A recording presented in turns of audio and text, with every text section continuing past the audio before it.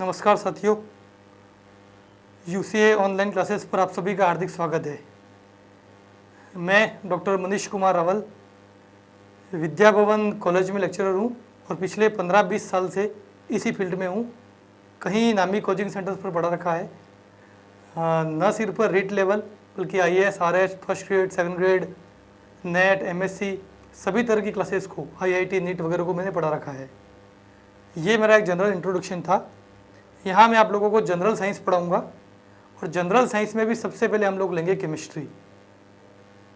Chemistry हो या कोई भी टॉपिक हो, हम बिल्कुल बेसिक से चलेंगे और ये मान के चलूँगा मैं कि आप लोग जो भी ऑनलाइन क्लासेस में जुड़ रहे हो या वीडियो देख रहे हो, उन्हें इस फील्ड में ना के बराबर जानकारी है। ऐसा मानने से फ़ायदा होगा कि जो लोग किन्हीं चीज़ों में कमज़ोर हैं, कोई छोटी मुझे चीज़ किसी की छूट गई है तो उसे भी मैं कवर कर लूँगा। तो हम लोग स्टार्ट करते हैं केमिस्ट्री से।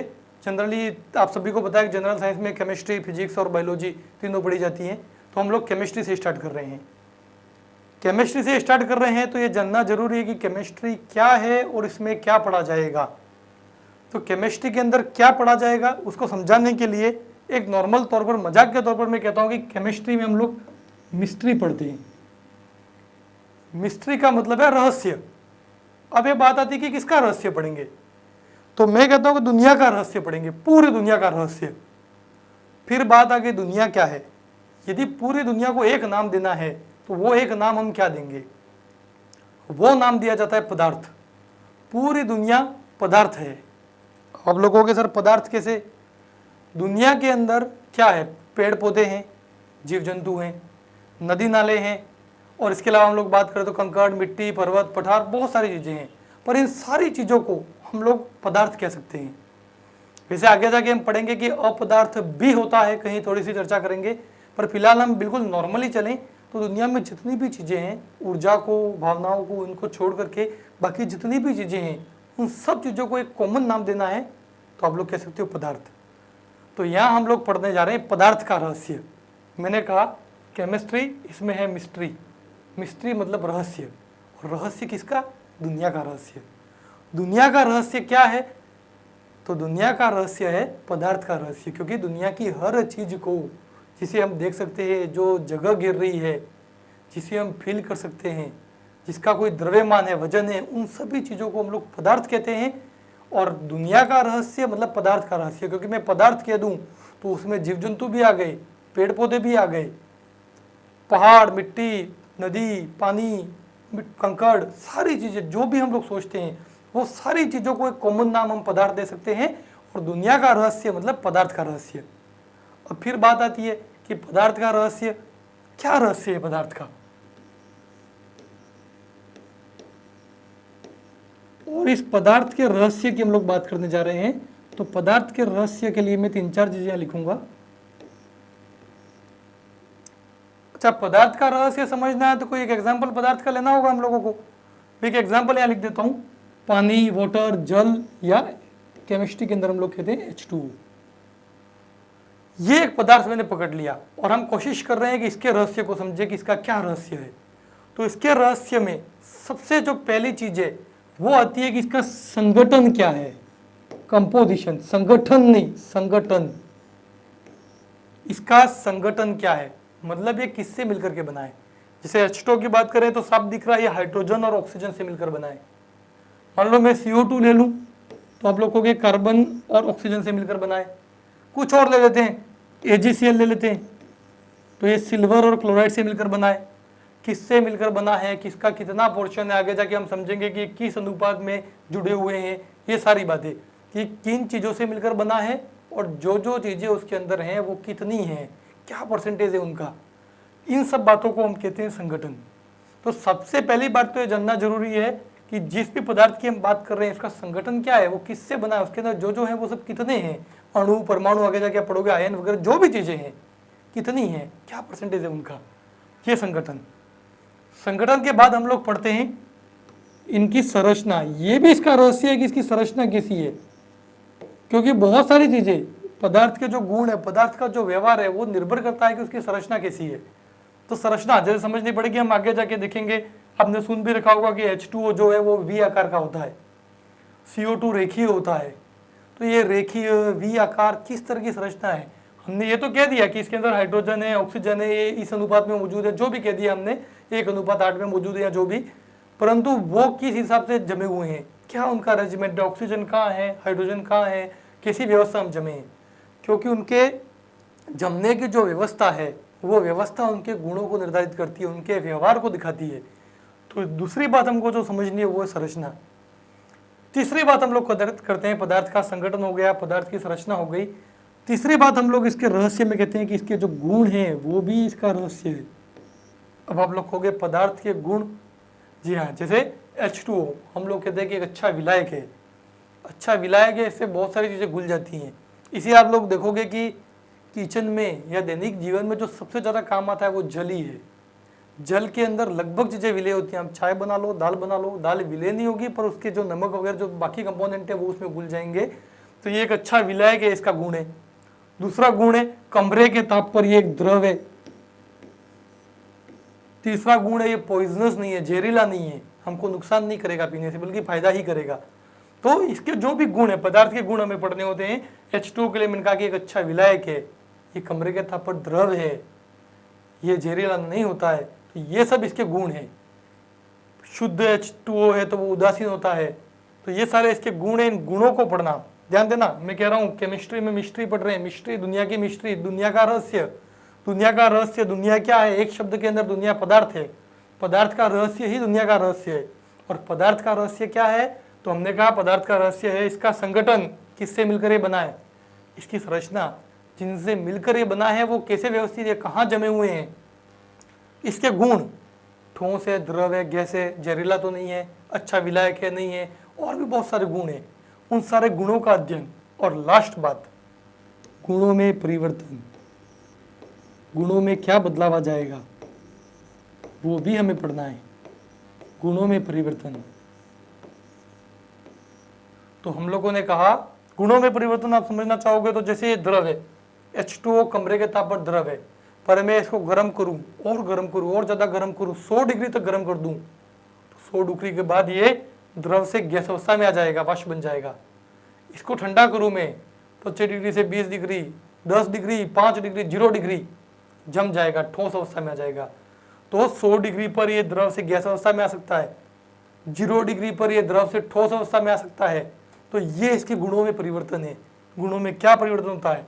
तो वापस से सुनना, हम लोग कह रहे हैं केमिस्ट्री पढ़ रहे हैं, केमिस्ट्री मतलब मिस्ट्री, मिस्ट्री मतलब रहस्य, किसका रहस्य, दुनिया का रहस्य। समझने के लिए मैंने कहा मिस्ट्री रहस्य ज़्यादा कुछ नहीं है, समझने के लिए केवल मैंने कहा है कि यहाँ मिस्ट्री वर्ड को निकाल के दुनिया का रहस्य, दुनिया क्या है, पदार्थ, पदार्थ का रहस्य मतलब संगठन, ये किससे मिलकर बना है, हमने कहा हाइड्रोजन ऑक्सीजन से मिलकर बना है। क्या अनुपात है? 1:8 में है द्रव्यमान के। संरचना इसकी कैसी होगी? हाइड्रोजन कहाँ होगा, ऑक्सीजन कहाँ होगा। गुणों की बात करें, आप लोग बचपन से कहते हैं रंगहीन होता है, गंधहीन होता है, स्वादहीन होता है, ये भी इसके गुण है। कमरे के ताप पर द्रव है, ये गुण है। अच्छा विलायक है, ये गुण है। गुणों में परिवर्तन, गर्म करेंगे 100 डिग्री तक गर्म करेंगे तो ये गैस हो जाएगा, 0 डिग्री तक ठंडा करोगे तो ये ठोस हो जाएगा। तो ये अपनी अवस्था बदल रहा है एक निश्चित तापमान पर, ये इसके गुणों में परिवर्तन है। और भी कहीं परिवर्तन है जिनका हम आगे जाके अध्ययन करेंगे। तो यहाँ से हमारे केमिस्ट्री की, रसायन विज्ञान की परिभाषा आती है। रसायन विज्ञान क्या है? तो स्टार्ट में मैंने कहा ये विज्ञान की शाखा है। तो ध्यान से सुनना, विज्ञान की वह शाखा जिसमें पदार्थ के संगठन, पदार्थ की संरचना, पदार्थ के गुण और गुणों में परिवर्तन का अध्ययन किया जाता है, केमिस्ट्री या रसायन विज्ञान कहलाती है। विज्ञान की वह शाखा जिसमें पदार्थ के संगठन, संरचना, गुण और गुणों में परिवर्तन का अध्ययन किया जाए, वह कहलाती है आपके रसायन विज्ञान या केमिस्ट्री। तो आशा करता हूँ आप लोगों को समझ में आ गया होगा कुल मिला के केमिस्ट्री के अंदर क्या पढ़ा जाता है और क्या हम लोग पढ़ने वाले हैं। इसको मैं इरेज करता हूँ, आप चाहो तो नोट कर दो। मैं डेफिनेशन एक बार और बोल लेता हूँ। विज्ञान की वह शाखा जिसमें पदार्थ के संगठन, संरचना, गुण और गुणों में परिवर्तन का अध्ययन किया जाता है, रसायन विज्ञान कहलाती है। अब थोड़ा बहुत हम जानकारी ले लेते हैं कुछ साइंटिस्ट की जिन्होंने योगदान दिया केमिस्ट्री को आगे बढ़ाने में। सबसे पहले जिस साइंटिस्ट का नाम मैं लेना चाहूँगा वो है ऋषि कणाद। ऋषि कणाद उन्होंने ही बताया था कि जितने भी पदार्थ हैं वो सारे पदार्थ अत्यंत सूक्ष्म कणों से मिलकर बने हैं, और उन सूक्ष्म कणों को उन्होंने परमाणु कहा था, परमाणु कहा था, और परमाणु से ही परमाणु शब्द आया। आप लोग कहोगे नहीं सर हमने तो पढ़ा है कि परमाणु शब्द है वो तो डाल्टन ने दिया है, आप ऋषि कणाद का नाम कहाँ ला रहे हो? तो ध्यान देना दोनों अलग अलग वर्ड हैं। डाल्टन ने जो शब्द दिया था वो दिया था एटम, ऋषि कणाद ने जो शब्द दिया वो परमाणु, डाल्टन से कई साल पहले दे दिया था परमाणु। इसी परमाणु की वजह से हमारा शब्द आया परमाणु।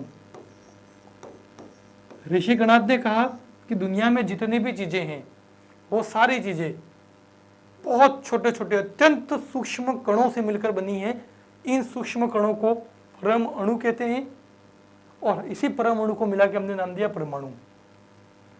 डाल्टन ने कहा था, चीज यही कही थी, सेम कही थी कि प्रत्येक पदार्थ अत्यंत सूक्ष्म कणों से बना है, ऐसे सूक्ष्म कणों से जिन्हें और अधिक काटा नहीं जा सकता है, जिन्हें और अधिक तोड़ा नहीं जा सकता है। मतलब आप एक पदार्थ लो, उसको तोड़ो, 2 टुकड़े होंगे, मतलब इस मार्कर को मैं तोड़ो 2 टुकड़े होंगे, फिर 2, 4, 8, 16 तोड़ता जाऊं, एक समय ऐसा आएगा जब ये टूटना बंद हो जाए। तो जिस समय पे टूटना बंद हो जाएगा वो इसका सबसे छोटा कण है। चूंकि वो ऐसा छोटा कण है जिसको तोड़ा नहीं जा सकता, जिसको काटा नहीं जा सकता है, तो डाल्टन ने उनके लैंग्वेज से शब्द लिया एटोमियो, और एटोमियो का मीनिंग था अनकटेबल, जिसे काटा नहीं जा सके, जिसे तोड़ा नहीं जा सके, अनकटेबल। और इसी एटोमियो को बदल के कर दिया गया एटम। तो एटम शब्द की बात करें तो एटम शब्द डाल्टन ने दिया है, परमाणु शब्द ऋषि कणाद ने दिया है। बट ऋषि कणाद की इसलिए चर्चा नहीं होती है, इसलिए नाम नहीं आता है कि उन्होंने केवल ये शब्द दिया था, इसके बारे में बताया था, बट प्रायोगिक सत्यापन कुछ नहीं किया था। डाल्टन ने कुछ प्रायोगिक प्रूफ भी दिए इसके, तो इस वजह से डाल्टन का नाम है वो एटम की खोज में सबसे पहले लिया जाता है। 1808 में इन्होंने खोज की थी। इसके बाद हम लोग आते हैं नेक्स्ट, पहली बात तो मैं लिखूंगा आधुनिक रसायन के जनक। आधुनिक इसलिए कि रसायन विज्ञान बहुत पुराना है। हमारे जितने भी वेद शास्त्र वगैरह हैं सब में कहीं ना कहीं रसों की जानकारी है, और जो रस है वही रसायन विज्ञान का निर्माण कर रहे हैं। कहीं केमिकल की जानकारी है। बहुत पुराने समय में भी पीतल पर सोने की परत चढ़ा दी जाती थी, तांबे पर सोने की परत चढ़ा दी जाती थी, और ये सारी केमिस्ट्री है। तांबा, लोहा, इन सब चीज़ों को अलग किया गया, मेटलर्जी, धातु कर्म, वो भी केमिस्ट्री है। दवाइयाँ दी जाती थी, वो भी कहीं ना कहीं केमिस्ट्री का ही हिस्सा है जो ठीक किया जाता था। इसलिए हमारे वेदों पुराणों में भी वर्णित है, तो केमिस्ट्री बहुत पुरानी है। बट अब हम लोग जो केमिस्ट्री पढ़ते हैं तो इसलिए उसको मैं नाम दे रहा हूँ आधुनिक रसायन। और ये जो आधुनिक रसायन है, इस आधुनिक रसायन के जो जनक कहे जाते हैं, आधुनिक रसायन के जनक हैं वो हैं लेवाशिये।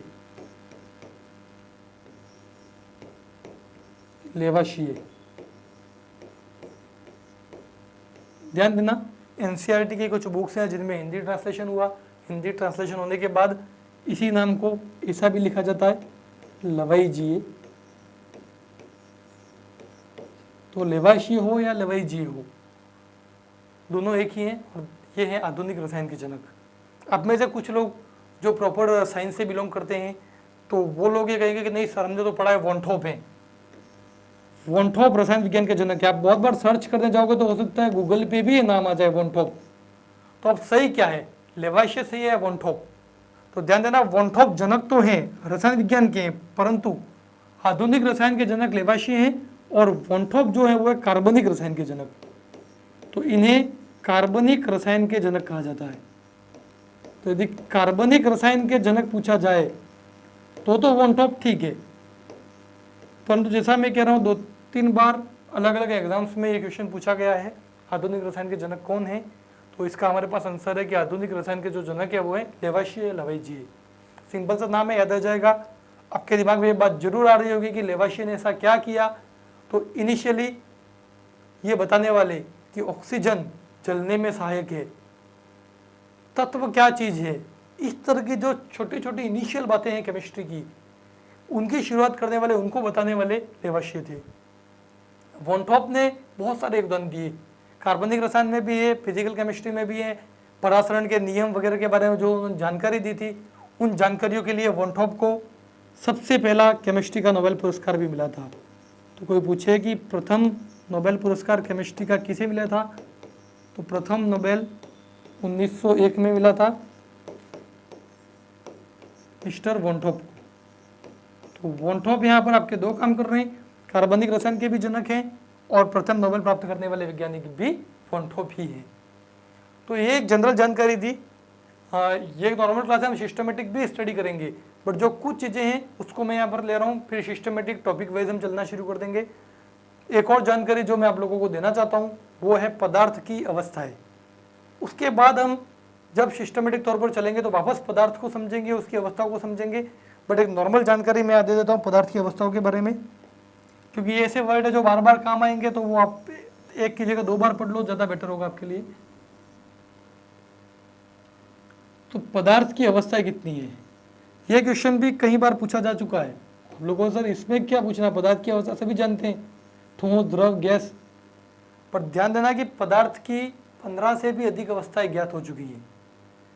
उनमें से जो प्रायोगिक रूप से सत्यापित हो गई हैं और जिनके बारे में जनरल नॉलेज के अंदर इंक्लूड कर दिया गया है, 9th की बुक में भी जिन्हें इंक्लूड कर दिया गया है, वो 5 अवस्थाएं हैं टोटल। उन 5 अवस्थाओं में से भी 4 अवस्थाएं ऐसी हैं जो एग्जिस्ट करती हैं नॉर्मल कंडीशन में या नॉर्मल जनरल लाइफ में हम लोग देख सकते हैं, और एक अवस्था ऐसी है जो लैब में ही एग्जिस्ट करती है। तो क्या मैं कहना चाह रहा हूँ, सारी बातों को समझते हैं हम लोग, आप लोग जिनकी बात करते हो वहीं से लेते हैं। जैसे में कुछ मॉलिक्यूल हैं, कुछ कण हैं, मॉलिक्यूल अणु कुछ के अंदर ठीक नहीं रहेगा, अभी ये आपस में जोड़ देता हूँ इस तरीके से, कुछ को थोड़ा दूर दूर कर देता हूँ, कुछ को थोड़ा और दूर कर देते हैं। आपको जनरल भी जानकारी है, और यदि मैं पूछूं कि इन तीनों में से ठोस कौन, द्रव कौन, गैस कौन, तो आप लोग कहोगे सर ये फर्स्ट वाला जो है वो ठोस है, क्योंकि इसके कण बिल्कुल पास पास है, चिपके हुए हैं एक दूसरे से, तो कण पास पास है, चिपके हुए, तो वो ठोस है। इसके कण दूर दूर हैं, ये द्रव है। इसके कण बहुत दूर दूर हैं, ये क्या है, गैस है। ठोस, द्रव और गैस अपन ने पहले ही कह चुके, पदार्थ छोटे छोटे कणों से मिलकर बनाए, अत्यंत सूक्ष्म कण, परमाणु होगा, अणु होगा, क्या होगा, इसकी चर्चा हम आगे करेंगे। फिलहाल हम लोग एक ही वर्ड यूज कर रहे हैं, कण। अब ये कण किसे रहना चाह सकते हैं, या तो ये कण बिल्कुल एक दूसरे से चिपके हुए रहे, पास पास रहे, ये कण एक दूसरे से चिपके हुए हैं, पास पास हैं, तो वो अवस्था कहलाती है ठोस अवस्था। क्यों चिपके हुए हैं, 2 कारण है। पहला कारण तो ये कि इनकी गतिज ऊर्जा, गति करने की, चलने की जो ऊर्जा है वो बहुत कम है, तो ये चल नहीं पा रहे हैं। दूसरा कारण, इनके बीच में आकर्षण बल बहुत ज्यादा है, तो एक दूसरे को आकर्षित करके खींचे हुए हैं, तो एक दूसरे को आकर्षित किए हुए हैं, खींचे हुए हैं, तो एक दूसरे से चिपके हुए हैं। जैसे हम लोग एक चुंबक ले लें और उसको मिट्टी में घुमा दें तो सारा लोहा उसके ऊपर चिपक जाता है, सारे लोहे के कण वो पास पास आ जाते हैं। तो क्यों, क्योंकि उनके सबके पास एक आकर्षण का माध्यम है, तो आकर्षण बल की वजह से, एक दूसरे को आकर्षित करने की वजह से ये चिपके हुए हैं। यही आकर्षण यहाँ थोड़ा कम हो गया तो ये दूर दूर है, और वो आकर्षण लगभग नगण्य हो जाए तो बिल्कुल दूर दूर हो जाएंगे। तो 3 अवस्थाएं, तीनों अवस्थाओं में फिर से कह रहा हूँ, अच्छी जानकारी हम अलग से लेंगे। फिलहाल मैं एक नॉर्मल आपको आपके दिमाग में डालना चाहता हूँ कि ये 3-4 चीजें हैं जो हमें ध्यान में रखनी है। उसके बाद हम लोग जब भी ये टॉपिक को लेंगे तब इसको और अच्छे से देख लेंगे, पर फिलहाल इतना सा। अब हम लोग बात करते हैं कि क्या फर्क पड़ेगा, कैसे इनको दूर किया जाए। हमने कहा साहब इनके बीच में आकर्षण बल है, इससे ले लेते हम लोग, ये सब एक दूसरे को आकर्षित कर रहे हैं, ऐसे आकर्षण बल है इनके बीच में, इससे बंधे हुए हैं।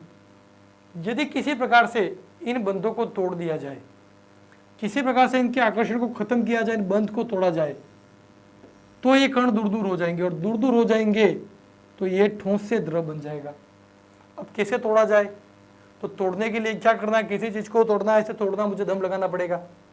दम लगाने के अलग अलग तरीके, बट एक कॉमन बात मैं कहूँ तो मैं गर्म करूँ, यदि इसको गर्म करूंगा तो गर्म करने से दम मिलेगा, दम मतलब ऊर्जा, एनर्जी मिलेगी, ऊर्जा मिलेगी, उस ऊर्जा की वजह से बॉन्ड है वो टूटते जाएंगे बीच में से।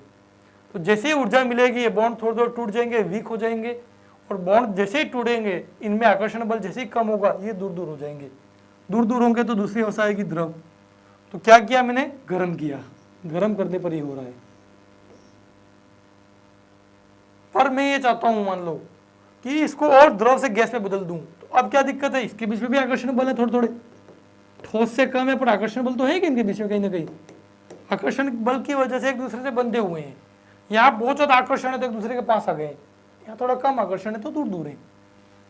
फिर से मैं गर्म करूं, यदि मैं फिर से इसको गर्म करता हूं तो जैसे ही इसको गर्म किया जाएगा, गर्म करते ही ऊर्जा मिलेगी, ऊर्जा मिलने की वजह से बंध टूटेंगे और ये बंध टूटेंगे तो ये और दूर दूर हो जाएंगे, ज़्यादा दूर दूर हो जाएंगे, ज़्यादा दूर दूर हो जाएंगे, आकर्षण बल लगभग खत्म हो जाएंगे, तो जो अवस्था आएगी वो अवस्था कहलाती है गैस अवस्था। इसका उल्टा करके देखते हैं। मान लो मैं इसको ठंडा करूं, अभी इन सब के पास बहुत सारी ऊर्जा है, क्योंकि जब हमने गर्म किया तब इनको ऊर्जा दी थी, एनर्जी दी थी। ऊर्जा की वजह से तेजी से भाग रहे हैं, कण कहीं जा रहा है, कहीं जा रहा है, कहीं जा रहा है। तेजी से भागने की वजह से मिल नहीं पा रहे, इनमें आकर्षण नहीं हो पा रहा है। परंतु यदि मैं ठंडा करूंगा, टेम्परेचर कम करूंगा, ताप कम करूंगा, तो धीरे धीरे इनकी ऊर्जा भी कम हो जाएगी। ऊर्जा कम होने की वजह से भागना कम हो जाएगा, दौड़ना कम हो जाएगा, तो एक दूसरे के करीब आएंगे, करीब आएंगे तो वापस आकर्षण बल बनेंगे, आकर्षण बल वापस बनेंगे तो द्रव अवस्था में आ जाएगा।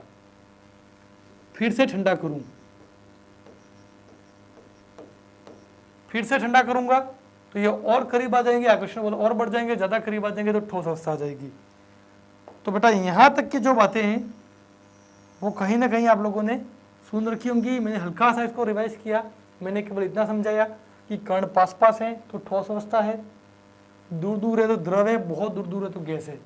मतलब आकर्षण बल बहुत अधिक है तो ठोस अवस्था है, थोड़े कम आकर्षण बल है द्रव है, और आकर्षण बल ना के बराबर है तो वो गैस अवस्था कहलाएगी। फिर मैंने ये बताया कि इन आकर्षण बलों को गर्म करके तोड़ा जा सकता है। यदि गर्म करूं और आकर्षण बल को कम कर दूं तो ये थोड़े दूर दूर हो जाएंगे, द्रव अवस्था आएगी, और गर्म करने पर गैस अवस्था आएगी। पर इसके विपरीत प्रक्रम भी ठीक है, ठंडा करने पर वापस द्रव अवस्था, वापस ठोस अवस्था। तो गर्म ठंडा करके इनकी अवस्था को बदला जा सकता है। अवस्था को बदलने का एक और तरीका भी है दाब का। ये सारे तरीके हम आगे चर्चा करेंगे। फिलहाल में चौथी अवस्था पर, ये पदार्थ की 3 अवस्थाएं हैं, पदार्थ की चौथी अवस्था। यहां तक सब लोगों ने सोच रखा था, इसके आगे सोचने की बात थी। इसके आगे वैज्ञानिकों ने सोचा ये ठीक बात है, ठोस को गर्म करो द्रव बन जाएगा, द्रव को गर्म करो गैस बन जाएगी।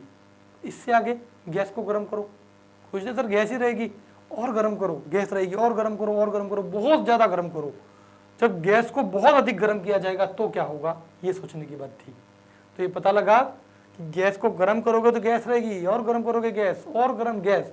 पर जब बहुत अधिक गर्म करोगे तो क्या होगा, तो इसकी जितनी भी संरचना है गैस की, वो संरचना नष्ट हो जाएगी, इनके इलेक्ट्रॉन बाहर आ जाएंगे, और हमें धनायन और ऋणायन, ऋणायन मतलब यहाँ पर इलेक्ट्रॉन है, धनायन और इलेक्ट्रॉन का मिश्रण मिलेगा। इलेक्ट्रॉन और व्यवस्था में आगे जाके नो डाउट पढ़ेंगे, पर फिलहाल मैं बता देता हूँ कि इसको गर्म करने पर, बहुत ज़्यादा गर्म करने पर इनकी संरचना नष्ट हो जाती है, और धनायन और ऋणायन 2 चीज़ें इससे अलग हो जाती हैं, धनायन और इलेक्ट्रॉन है वो अलग अलग हो जाते हैं। और ये जो अवस्था आती है, ये अवस्था कहलाती है पदार्थ की चौथी अवस्था। जब ना पूछा जाए चौथी अवस्था तो यही है, पदार्थ की चौथी अवस्था कहलाएगी। और ये चौथी अवस्था है आपके प्लाज्मा अवस्था, प्लाज्मा अवस्था। अब आप लोग कहोगे कि सर क्या हमने कहीं प्लाज्मा अवस्था देख रखी है। जैसा मैंने इनिशियली कहा कि 3 अवस्था है तो वेरी नॉन है, चौथी अवस्था वो भी जनरल लाइफ में होती है, और वो प्लाज्मा अवस्था मैं आपको दिखाता हूँ। 2 बादल टकराए, बिजली कड़की और बिजली चमकी। चमक जो बिजली की है वो प्लाज्मा अवस्था है। सूर्य की जो चमक है, तारों की जो चमक है, प्लाज्मा अवस्था है। हमारे घर के अंदर नियॉन बल्ब है, ट्यूबलाइट है, CFL है, फ्लोरोसेंट ट्यूब है, विज्ञापन बोर्ड जो बड़े बड़े लगे अच्छे चमकदार होते हैं, ये सारे के सारे प्लाज्मा अवस्था की वजह से चमक रहे हैं। जब 2 बादल आपस में टकराते हैं तो उनके टकराने की वजह से बहुत सारी ऊर्जा उत्पन्न होती है, और ये जो बहुत सारी ऊर्जा है वो वहाँ आसपास जो गैस है उस गैस को गर्म, बहुत ज़्यादा गर्म कर देती है। इतना गर्म कर देती है कि गैस के धनायन और ऋणायन अलग अलग हो जाते हैं, और इनके अलग होते ही चौथी अवस्था प्रकट हो जाती है, और वो है प्लाज्मा। तो वो जो चौथी अवस्था प्लाज्मा है उसी की वजह से हमको चमक दिखाई देती है। यहाँ पर ये इलेक्ट्रॉन मुक्त है, दौड़ता रहता है। इलेक्ट्रॉन जब जब दौड़ेगा चमकीला दिखाई देगा। आपने कहीं ना कहीं पढ़ा होगा कि सोडियम को काटा जाए तो वो चमकदार होता है, क्योंकि उसका इलेक्ट्रॉन मुक्त होता है। तो ये बात हमने कही यहाँ पर, चौथी अवस्था प्लाज्मा। प्लाज्मा सबसे पहले विलियम क्रूक ने इसको देखा था, जब वो कैथोड नली का एक परीक्षण कर रहे थे, विसर्जन नलिका का, तब उन्होंने देखा था। उसके बाद लैंगम्यूर ने इसको नाम दिया प्लाज्मा। प्लाज्मा का मतलब है एनीथिंग फॉर्म्ड, जो कुछ भी बना। उस टाइम जब विलियम क्रुक ने देखा, लैंगम्यूर ने देखा, तो उनका कुछ बन रहा है, जो बन रहा है उसको एनीथिंग फॉर्म मतलब प्लाज्मा नाम दिया गया। इसके अलावा घरों में जो नियॉन बल्ब वगैरह होते हैं ट्यूबलाइट में, तो वहाँ क्या होता है, हम स्विच ऑन करते हैं, स्विच ऑन करने से इलेक्ट्रिसिटी जाती है, इलेक्ट्रिसिटी की वजह से उनके अंदर जो गैस भरी है नियॉन गैस, वो गैस गर्म हो जाती है और वो गर्म होके प्लाज्मा अवस्था में आ जाती है, इसलिए चमकदार दिखाई देती है। थोड़ा बहुत जानकारी मैंने दे दी इसकी। हम इधर आते हैं, मान लो गैस को ठंडा करोगे द्रव बनेगा, गैस को ठंडा करोगे ठोस बनेगा। तो गैस को बहुत ज़्यादा ठंडा करो, बहुत ज़्यादा कितना, गैस को ठंडा करो आप लोग इतना 0 केल्विन तक। 0 केल्विन तो प्राप्त करना संभव ही नहीं है, लगभग 0 केल्विन में, ध्यान देना मैं लिख रहा हूँ लगभग 0 केल्विन। और 0 केल्विन को कहा जाता है परम शून्य ताप। जब हम फिजिक्स में इकाइयाँ पढ़ेंगे ताप की, तब मैं इसको और बताऊंगा, परम शून्य ताप। ये है आपका 0 केल्विन। कोई कहे शून्य ताप होता है 0 डिग्री सेंटीग्रेड, ये शून्य है। पर परम शून्य ताप कहा जाए तो परम शून्य ताप है आपका 0 केल्विन। 0 केल्विन ताप को प्राप्त करना असंभव है, परंतु लगभग 0 केल्विन तक गैस को ठंडा किया जाए। इतना ठंडा करेंगे तो क्या हो रहा है, जितना गैस को ठंडा करेंगे ये कण थोड़े पास आए, थोड़े और पास आए। आपने बहुत ज़्यादा ठंडा कर दिया, पास आएंगे, इतने पास आएंगे कि ये सब मिल जाएंगे एक दूसरे से। जब पास आएंगे एक दूसरे से मिल जाएंगे, इनकी पर्टिकुलर कोई पहचान नहीं रहेगी, अपनी आइडेंटिटी खो देंगे और सब मिल करके एक बड़ा अणु बनाएंगे, एक बड़ा एटम बनाएंगे, एटम जैसा बनाएंगे, और उस एटम को नाम दिया गया सुपर एटम। वापस से सुनना, क्या कहा मैंने, गैस को ठंडा किया, इसके कण पास आए, और ठंडा किया और पास आए, बहुत ज़्यादा ठंडा किया, इतने पास आ गए कि इन कणों ने अपनी पहचान खो दी, और अपनी पहचान खोने के बाद इन्होंने मिल करके एक बड़ा कण बनाया। उस बड़े कण को हमने नाम दिया सुपर एटम। और ये जो सुपर एटम वाली अवस्था है, सुपर एटम, इसी अवस्था को पदार्थ की 5वीं अवस्था कहते हैं। और वो पदार्थ की 5वीं अवस्था है हमारी BEC, बोस आइंस्टीन कंडेंसेट अवस्था। बोस, सत्येंद्रनाथ बोस भारत के महान वैज्ञानिक थे। आइंस्टीन का नाम सबने सुन रखा है। बोस ने और आइंस्टीन ने उनके टाइम पर कह दिया था कि भविष्य में पदार्थ की एक और अवस्था खोजी जाएगी और वो कुछ इस तरह की होगी। क्योंकि उन्होंने उस टाइम पे ही इसके बारे में बता दिया था, इसलिए उनके नाम पर इसको नाम दिया गया Bose Einstein condensate. Condensate Hindi में होता संघनन।